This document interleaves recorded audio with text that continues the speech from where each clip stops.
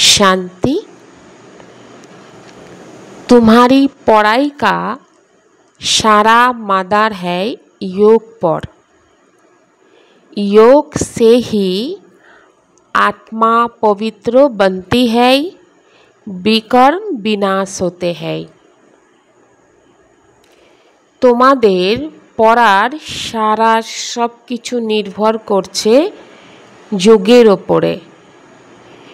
যোগ দিয়েই आत्मा पवित्र হয় এবং विकर्म विनाश হয়। बाबा कहते कोई बच्चे बाप का बनकर फिर हाथ छोड़ देते हैं, तो कारण क्या होता है? बाबा की बोलेन कोनो कोनो बाच्चा बाबार तो হয়ে যায়, বাবার হয়ে যাওয়ার পরেও বাবার হাত ছেড়ে দেয়, तो एर कारण কি হতে পারে? बाप को पूरी रीति ना पहचानने के कारण, बाबा के পুরোপুরি ভাবে না চিনতে পারার কারণে সম্পূর্ণভাবে নিশ্চয় থাকে না। আর নিশ্চয় না হওয়ার কারণে বাবা বলেন যে 8-10 বছর বাবার হয়ে থাকার পরেও বাবাকে ফারগতি দিয়ে দেয়, অর্থাৎ বাবার হাত ছেড়ে দেয়। তো হাত ছেড়ে দেয় অর্থাৎ पद भ्रष्ट हो जाए। क्रिमिनल आई होने से माया की ग्रहचारी बैठ जाती।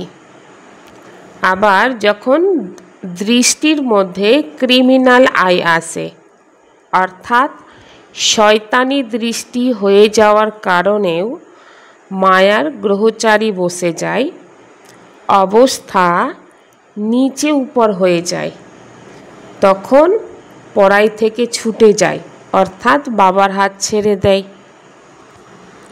তো হাত ছাড়ার অনেক কিছু মায়াবী কারণ হতে পারে। তো বাবা কি বলেন বাচ্চাদেরকে যে সর্বদাই মায়ার থেকে বেঁচে থাকো। अभी समझते हो कि हम सब रूहानी बेहद के बाप के बच्चे हैं। এখন বুঝতে পারো যে আমরা সবাই আত্মিক বেহদ বাবার বাচ্চা এবং এই ব্রহ্মা বাবাকে দাদাও বলা হয়। ব্রহ্মা বাবাও শিব বাবারই বাচ্চা। যেমন তোমরা আত্মারা তোমাদের এই অর্গানস মিলেছে কর্ম করার জন্য, ঠিক সেই রকম শিব বাবারও প্রয়োজন এই রথের, কারণ এটা হচ্ছে কর্মক্ষেত্র। তো এখানে কর্ম তো করতেই হবে। পরমধাম হচ্ছে ঘর যেখানে আত্মারা থাকে। প্রত্যেক আত্মাকেই সেই ঘরে যেতে হয়, যাকে শান্তিধাম বলা হয়। ওখানে এই খেলা হয় না, বাতিয়া আদি কিছুই ওখানে থাকে না। আত্মা এখানে আসে পাট বাজাতে বা অভিনয় করতে। यहाँ हम बच्चे बेहद के बाप के पास बैठे हैं, अब हमको वापिस जाना है, पवित्र तो जरूर बनना है। এখানে আমরা বাচ্চারা বেহদের বাবার পাশে বসে আছি, আমাদের এখন ফিরে যেতে হবে। আর এই ফিরে যেতে গেলে পবিত্র অবশ্যই হতে হবে। এমন নয় যে শরীরও এখানে পবিত্র হবে, না, আত্মা পবিত্র হয়। শরীর পবিত্র তখনই হবে যখন 5 তত্ত্ব শতপ্রধান হবে। এখন বাবা বলেন তোমাদের আত্মা পুরুষার্থ করছে পবিত্র হওয়ার জন্য। সত্যযুগে আত্মা আর শরীর দুটোই পবিত্র হয়। এখানে আত্মা পবিত্র হয় তো তখনই আত্মা শরীর ছেড়ে দেয়, অর্থাৎ পুরানো শরীরকে ত্যাগ করে দেয়, ফিরে নূতন তত্ত্ব দিয়ে অর্থাৎ নূতন প্রকৃতি দিয়ে নূতন শরীর তৈরি হয়। तुम जानते हो हम बाप को याद करते करते पवित्र बनते बनते मुक्ति धाम शांति धाम में जाकर पहुँचेंगे। बाबा बोलছেন তোমরা জানো যে বাবাকে স্মরণ করতে করতে পবিত্র হতে হতে মুক্তি ধাম শান্তি ধামে পৌঁছে যাবে। এমন নয় যে নাটক থেকে মুক্ত হয়ে যাবে। মুক্তির অর্থই হলো দুঃখ থেকে মুক্ত হয়ে যাওয়া। শান্তি ধামে যাবে তো পুনরায় সুখ ধামে চলে আসবে। পরমাত্মার ইয়াদে থেকে তো যে আত্মা পবিত্র হবে তো সুখ ধামে চলে আসবে। অপবিত্র মানব পবিত্র মানবেরই খিদমত করতে থাকে, অর্থাৎ সহযোগ দেয়। পবিত্রতার মহিমা আছে, তো যে আত্মা পবিত্রতাকে ধারণ করে তো সেই আত্মারও মহিমা হয়। সেই কারণে পবিত্রতাকে ধারণ করাটাও মেহনতের। তো বাবা কি বলেন, বাচ্চাদের আঁখে অর্থাৎ চোখ ধোঁকা দিয়ে দেয়। তো বাচ্চারা যখন ধোঁকা খেয়ে যায় তো তখন মুখ থুবড়ে পড়ে যায়, অর্থাৎ স্থিতি নিচে উপর হয়ে যায়, গ্রহচারী বসে যায়। হয়তো বাচ্চারা বাবাকে বাবা বাবা বলে, তার মধ্যেও ধোঁকা খেয়ে ফেলে।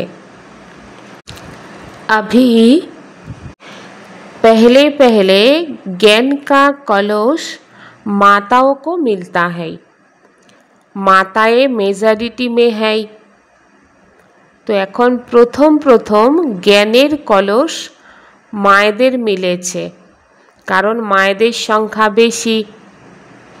কুমারীরাও রাখি বাঁধে, তো রাখি বাঁধা হচ্ছে পবিত্রতা নিশানি। ভগবান এসে বলছেন কাম মহাশত্রু, এর ওপর জিত প্রাপ্ত করো। তো তারই ওপরে রক্ষাবন্ধন অর্থাৎ পবিত্রতার নিশানি দেখিয়েছে। এখন তোমরা রাখি বাঁধো অর্থাৎ পবিত্রতার প্রতিজ্ঞা করো। সবাইয়ের সদ্গতি দাতা তো এক পরমাত্মা বাবাই, বাকি কোনো দেহধারী না। কোনো দেহধারী মানবকে কখনো সদ্গতি দিতেই পারে না। সদ্গতি অর্থাৎ সৎ জায়গায় পৌঁছে যাওয়া, সেই সৎ জায়গা হচ্ছে সত্যযুগ বা স্বর্গ বা হেভেন। তো সেখানেই তো পৌঁছে দিতে একমাত্র परमात्मा पारें।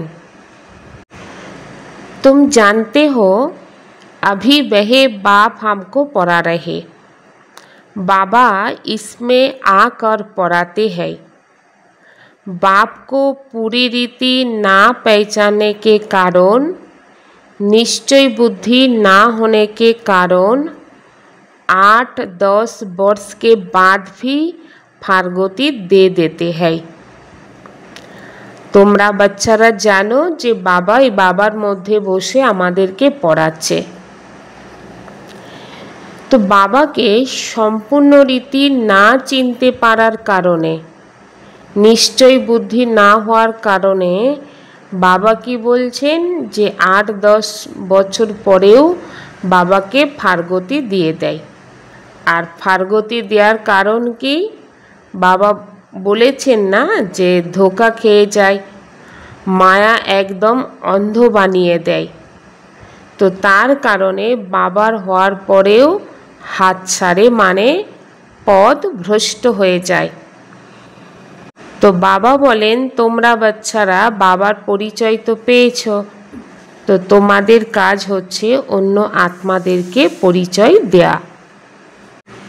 এখন বাবা এই সঙ্গম যুগে এসে নূতন দুনিয়া স্থাপনা আর পুরানো দুনিয়ার পরিবর্তনের কাজ করছেন। এটাই সেই মহাভারতের লড়াই। আর এই লড়াইয়েতে স্বয়ং ঈশ্বর নিরাকার পরমাত্মা উপস্থিত আছেন।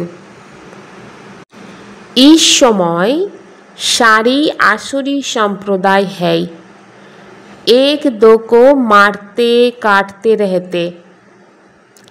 এই সময় সারি আসুরি সম্প্রদায়ের উপস্থিত আছে, একে অপরকে মারতে থাকে, কাটতে থাকে। এক সময় এই সৃষ্টিতে দৈবিক দুনিয়া ছিল, এটাই মানব ভুলে গিয়েছে। ঈশ্বরীয় দৈবিক দুনিয়া ঈশ্বর এসেই স্থাপন করে। এটা তোমাদের বুদ্ধিতে আছে, তবে নাম্বার পুরুষার্থ অনুসারেই আছে। এখন তোমরা হচ্ছ ঈশ্বরীয় পরিবার এই সঙ্গম যুগে। ফিরে সত্য যুগে গিয়ে ওখানে তোমরা দৈবিক পরিবারের হয়ে যাবে। এই সময় ঈশ্বর পরমাত্মা বাবা তোমাদের উপযুক্ত বানাচ্ছে স্বর্গের দেবী দেবতা বানানোর জন্য। বাবা তোমাদেরকে পড়াচ্ছে এই সঙ্গম যুগে। এই পুরুষোত্তম সঙ্গম যুগকে তোমরা ছাড়া আর কেউ জানে না। পুরুষোত্তম যুগ অর্থাৎ যেখানে আত্মা অতি উত্তম হতে পারে, কারণ এই সময় কোনো মানব উত্তমই নেই, কনিষ্ঠ তমপ্রধান হয়ে গিয়েছে। এই কথা তোমরা ব্রাহ্মণরা ছাড়া আর কেউ বুঝতেই পারে না। बाप कहते हैं यो है आसुरी भ्रष्टाचारी दुनिया। বাবা কি বলছেন? এটা হচ্ছে আসুরি ভ্রষ্টাচারী দুনিয়া। সত্য যুগে এই রকম বাতাবরণ কখনোই হয় না, কারণ সত্য যুগ ছিল শ্রেষ্ঠাচারী দুনিয়া। আর শ্রেষ্ঠাচারী দুনিয়ার মালিকের বা বলেন ছবি আছে না, দেখলেই বোঝা যায় যে এরা কতখানি শ্রেষ্ঠাচারী ছিল। পূজারী ভক্তি মার্গে বলা হয়, পূজ্য জ্ঞান মার্গকে বলা হয়। এখন তোমরা পূজারী থেকে পূজ্য হতে চলেছ। তো কিভাবে পূজারী থেকে পূজ্য হতে চলেছ? পরমাত্মার ইয়াদ, যাকে বলা হয় রাজযোগ। তো রাজযোগের আধারে পূজারী থেকে পূজ্য হতে চলেছ। পরম পিতা পরমাত্মা হচ্ছেন সকল আত্মার পূজ্য। সকল ধর্মের মানব তাকে মানে। सत्ययुग है ही नई दुनिया एक धर्म। वहाँ ये पता नहीं पड़ता कि हमारे पीछे चंद्रवंशी राज्य होगा। यहाँ तुम ये सब बातें जानते हो। सत्य जुगे जखन आत्मारा थाकबे तो एटा जानबे ना जे आमादेर परे चंद्रवंशी आसबे, যেটা এখানে আমরা জানতে পাচ্ছি। मनुष्य देह अभिमान में आकर कहते हैं सब मिट्टी में मिल जाना है। मानव देहेर अभिमाने एसे एटाई बोले जे सब माटीते मिले जाक। एटा बोझे ना जे एक समय এই শরীরও মাটিতে মিলেই যাবে, কারণ পুরানো শরীর তো খতম হয়ে যাবে না। আত্মা এক শরীর ছেড়ে दूसरा শরীর নেবে। তো এখন এই দুনিয়ায় আমাদের অন্তিম জন্ম। সবাই পতিত হয়েছে, সর্বদাই পাবন তো কেউ থাকতেই পারে না। তো শতপ্রধান শত রজ তম অবস্থাতেই আত্মাকে আসতে হয়। দুনিয়ার মানব কি বলে, সবাই হচ্ছে নাকি ঈশ্বরের রূপ, ঈশ্বর অনেক রূপে নাকি, অনেক রূপে নাকি ঈশ্বর খেলপাল করে, হিসাব কিতাব কিছুই জানে না, যে খেলপাল করে তাকে জানে। এটা হচ্ছে সঙ্গম যুগ। তো সত্য যুগে সত্য যুগের মতন পাঠ বা অভিনয় চলবে। সত্য যুগে এই কলিযুগের কথাবার্তা অনুসারে কোনো কিছুই চলবে না।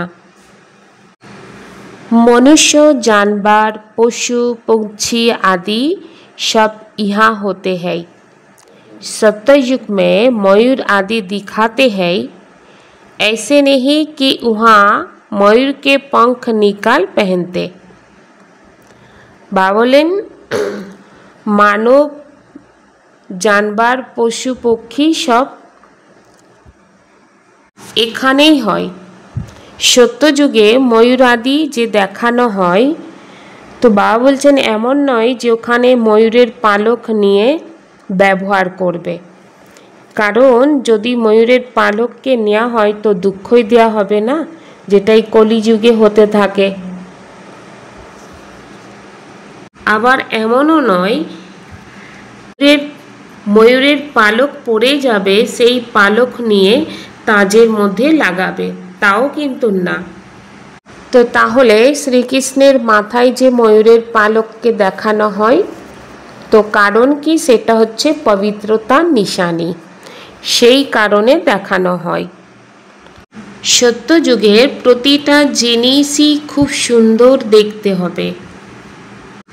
গন্ধি বা নোংরা কোনো জিনিসের নাম নিশানি থাকবে না, এমন কোনো জিনিসই থাকবে না যেটাকে দেখার পরে ঘৃণা উৎপন্ন হবে।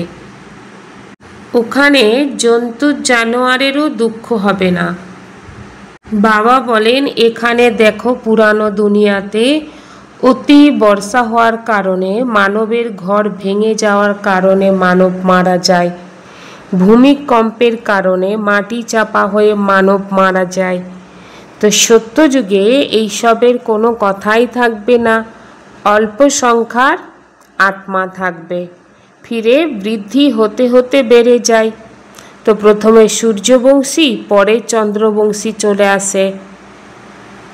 তো বাবা বলেন রাজধানী স্থাপন হচ্ছে, ধৈর্য ধরে পুরুষার্থ করো, হার্ট ফেল হয়েও না।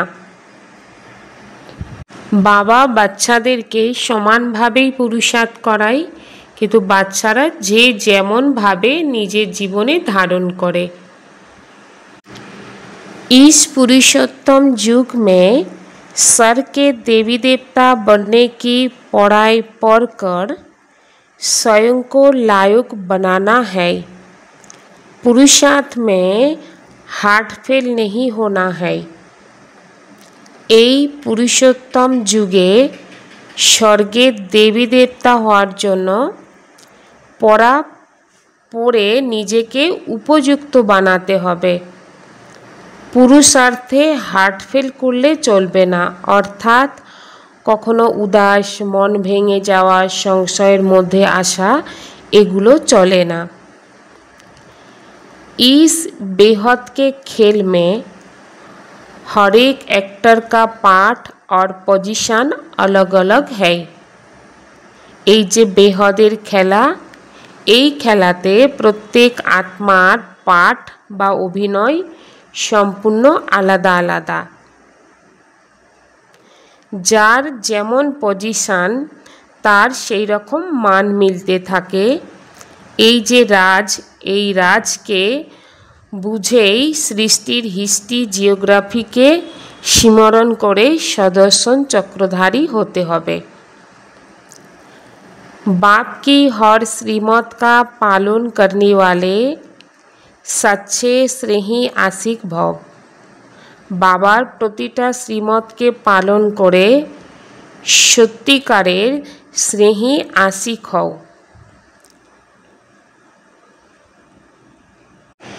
যে বাচ্চা সর্বদাই এক বাবার স্নেহের লাভলীন থাকে, সেই বাচ্চার বাবার প্রতিটা বোল বা শব্দ প্যারে লাগে এবং কোশ্চেন সমাপ্ত হয়ে যায়। ব্রাহ্মণ জন্মের ফাউন্ডেশনই হচ্ছে স্নেহ। যে আত্মা স্নেহী আশিক আত্মায় হয়, সেই আত্মাই বাবার শ্রীমতকে পালন করে এবং শ্রীমত পালন করার সময় মুশকিল অনুভব হয় না। স্নেহ থাকার কারণে সর্বদাই এই উমং উৎসাহ থাকে কি বাবা যেটা বলেছে আমার জন্য, তো আমাকে সেটা করতেই হবে। স্নেহী আত্মার দিল অনেক বড় হতে থাকে, সেই কারণে বাবার প্রতিটা কথা অর্থাৎ বড় বড় শ্রীমতও সেই আত্মার কাছে ছোট্টর মতন হয়ে যায় এবং সেই শ্রীমতকে সেই আত্মা पालन करे। कोई भी बात को फील करना ये भी फेल की निशानी है। कोनो कथा के फील करा अर्थात बाबा बोलेन फेल होए जावा। तो एखाने फील किभाबे करे, नेगेटिव भावे फील करते थाके। तो नेगेटिव भावे फील करा माने फेल होए जावा। ओम शांति।